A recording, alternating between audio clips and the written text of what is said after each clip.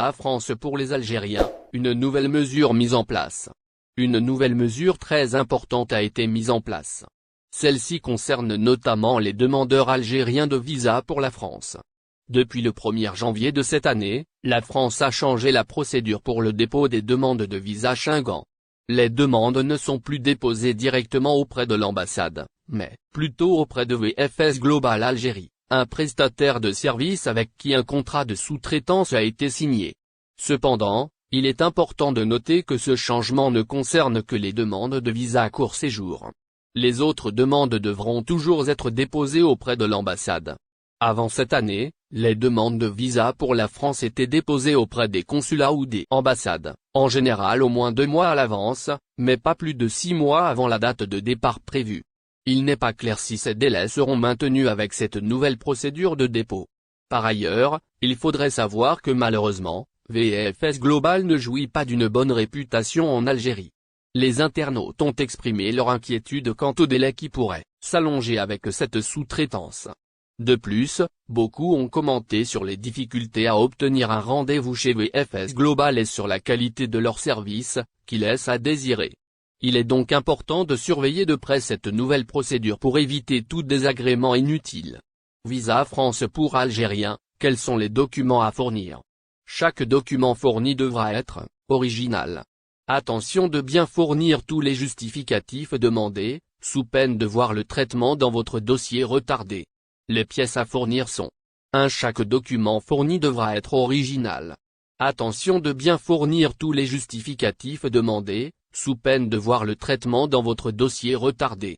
Les pièces à fournir sont les mêmes, quelle que soit la destination au sein de l'espace Schengen et quel que soit le pays d'origine du demandeur.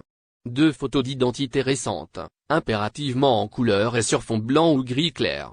Une photocopie du passeport, dont la date de validité va au-delà de la période concernée par le voyage en question avec au moins 2 pages entièrement vierges et valables pendant 3 mois après la date de départ de l'espace Schengen.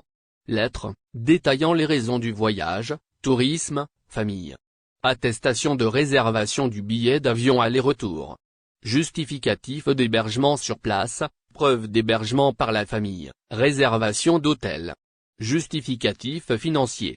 Historique bancaire des 6 derniers mois plus justificatif des ressources économiques permettant le séjour. Salarié attestation de travail ou contrat de travail, récent plus 3 derniers bulletins de salaire plus titre de congé plus attestation d'affiliation à la sécurité sociale ou déclaration annuelle des salaires de l'année précédente plus registre de commerce de l'employeur. Commerçant, registre de commerce de l'année courante plus certificat d'existence plus extrait de rôle plus mise à jour de la CASNO carte fiscale plus procuration de gérance plus statut de la société. Profession libérale. Décision d'installation plus carte professionnelle plus dernière déclaration du revenu annuel. Étudiant, certificat de scolarité plus carte d'étudiant plus justificatif de la situation socio-professionnelle des parents. Retraité, attestation de retrait ou relevé bancaire original et photocopie.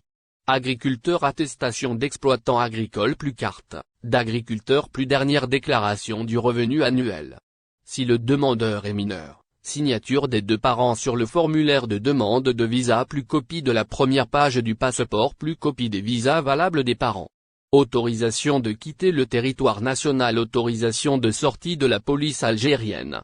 Si la tutelle ne revient pas au père, autorisation plus justificatif de la tutelle, certificat de décès du père ou disposition judiciaire. Fiche familiale, indiquant la situation familiale actuelle du requérant. Attestation d'assurance voyage, cette couverture est obligatoire pour assurer la sécurité du voyageur. Tous les documents en langue arabe doivent être accompagnés d'une traduction en langue française.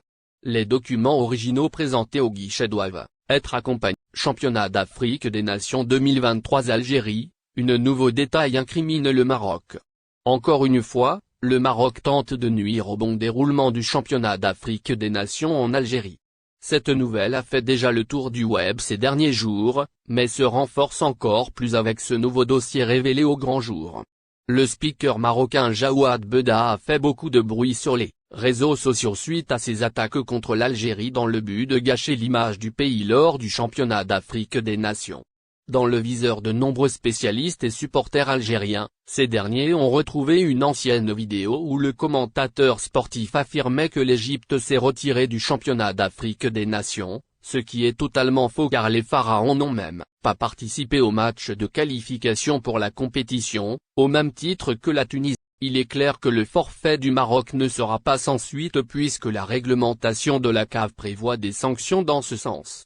Un forfait déclaré moins de 20 jours avant le début de la compétition finale ou pendant celle-ci, entraînera, outre la perte du droit d'entrée, une amende de $150 000 ainsi que la suspension de l'association concernée pour les 2 éditions suivantes du championnat d'Afrique des Nations sauf cas de force majeure tel que défini par la commission d'organisation de la CAF, stipule l'article 80 du règlement du CHAN.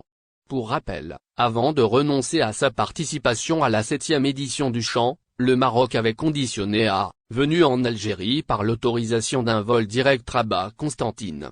Les Marocains ont essuyé un refus catégorique d'Alger en raison de la fermeture de l'espace aérien décrétée par les autorités algériennes en septembre 2021. Selon des observateurs, l'attitude du Maroc est condamnable car il ne s'agit pas d'un cas de force majeure.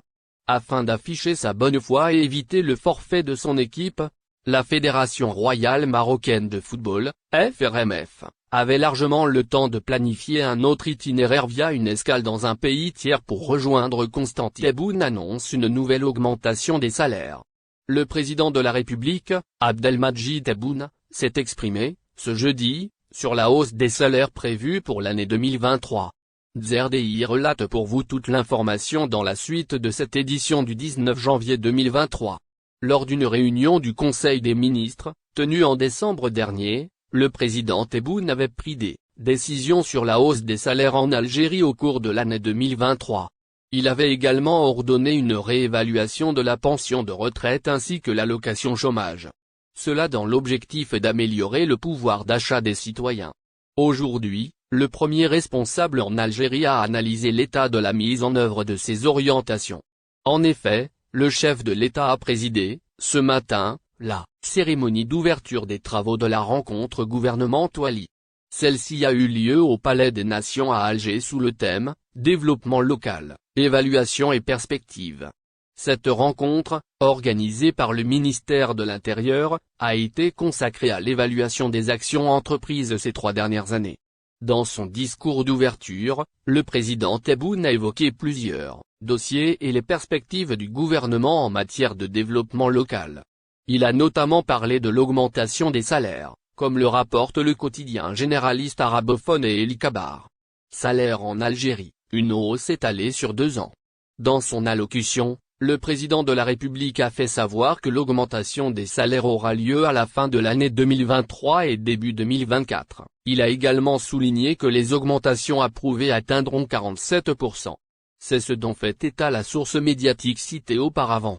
S'exprimant sur le dossier des importations, le président Tebboune a indiqué que le gouvernement avait réduit les importations sans priver le citoyen de quoi que ce soit. Pour lui, il n'y a plus de fausses importations. Il a dit que 63 milliards de dollars par an n'étaient que des factures gonflées et un gaspillage de l'argent public. En poursuivant son discours, le premier responsable du pays a noté une hausse de la valeur des exportations hors hydrocarbures.